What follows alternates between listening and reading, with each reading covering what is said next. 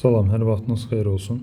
Deməli, biz sizlə həm əyani, həm onlayn dərslərdə, həm sınaqda, imtahanlarda, dimin toplusunda olan məsələləri dəfələrlə eləmişik. Həm algoritm, həm də ki, Python məsələlərini. Sadəcə görünən odur ki, zaman keçdikcə yadımızdan çıxır, məntiqi, üsulu.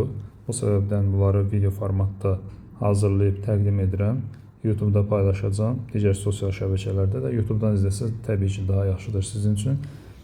Və izləyib dəfələrlə, neçə dəfə lazımdırsa izləyin və öyrənin. Bir də qeyd edim ki, ilk öncə sürətli izahını verəcəm, sonra detallı izahına. Kim ki birinci sürətli izahdan başa düşdüsə, təbii gerisinə ehtiyac yoxdur. Kimə qaranlıq qalan məqam oldusa detallı izahı da izləyə bilər. Yəni videonun sona qədər izləyə bilər. İlk öncə başlayırıq dimin toplusunda algoritm məsələlərindən 127-ci sual. Burada deyir ki, girişə verilən iki müxtəlif ədədi müqayisə edib. Deməli, biz girişə iki dənə müxtəlif ədəd verməliyik. Onu qeyd edim ki, dim suallarda başlanğıc və sonun qeyd olunmamasını səhv kimi qeyd etmir. Mən bu ilk sualdır deyə qeyd edirəm ki, ilk öncə oval düzbucaqlı çəkib, ora başlanğıc yazırıq. Ondan sonra nə deyir? Girişə verilən iki müxtəlif ədəd. Yəni, girişə iki dənə müxtəlif ədəd verməliyik biz. A və B olsun məsələn. İndi, sonra nə deyir? Böyük ədəddən kiçik ədədi çıxaraq. Deməli, biz bir müqayisə operatoru daxil etməliyik. Böyük ədədi və kiçik ədədi müəyyən etməliyik. Ona görə bir romb çəkirik. Rombumuzun içərisində yaza bilərik A böyükdür B və yaxud da B böyükdür A. Fərq etməz. Məsələn, yazıram A böyükdürmü B-dən. Bunun iki cavabı var təbii ki. Ya hə olacaq, ya da ki, yox olacaq cavab. Bərabərlik şərtini yoxlamırıq. Çünki girişə iki müxtəlif ədəd verildiyini onsuz da şərtdə deyir. Yəni ki, bunlar heç vaxt bərabər olmayacaq girişə veriləndə. Ona görə böyükdür şərtini yoxlayırıq. Əgər A böyükdürsə B-dən, yəni hə tərəfə gəldisə, o zaman böyük ədəddən kiçik ədədi çıxaraq çıxışa verən. O zaman bir S daxil edirik. Düzbucaqlının içərisində hesablama yazırıq. S bərabərdir A çıxılsın B.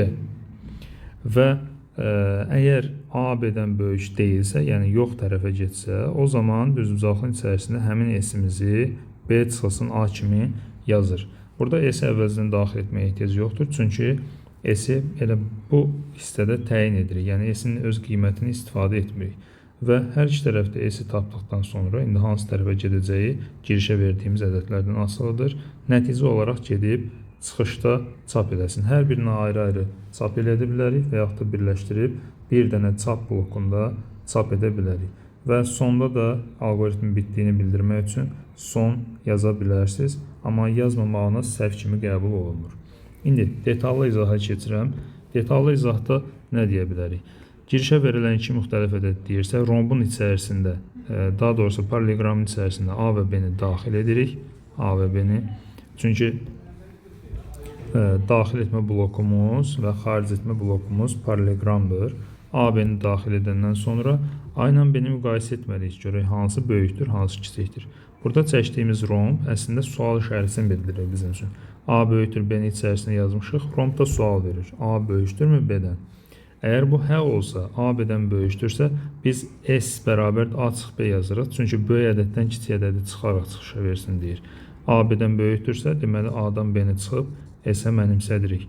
S-i başda elan etmirik. Çünki əgər biz S bərabərdir S üstəgəl nəsə yazsaydıq, S bərabərdir S vurulsun nəsə yazsaydıq, o zaman S-i əvvəldən elan etmək lazım idi. Burada isə S-i birbaşa təyin edirik deyə elan etməyə ehtiyac yoxdur.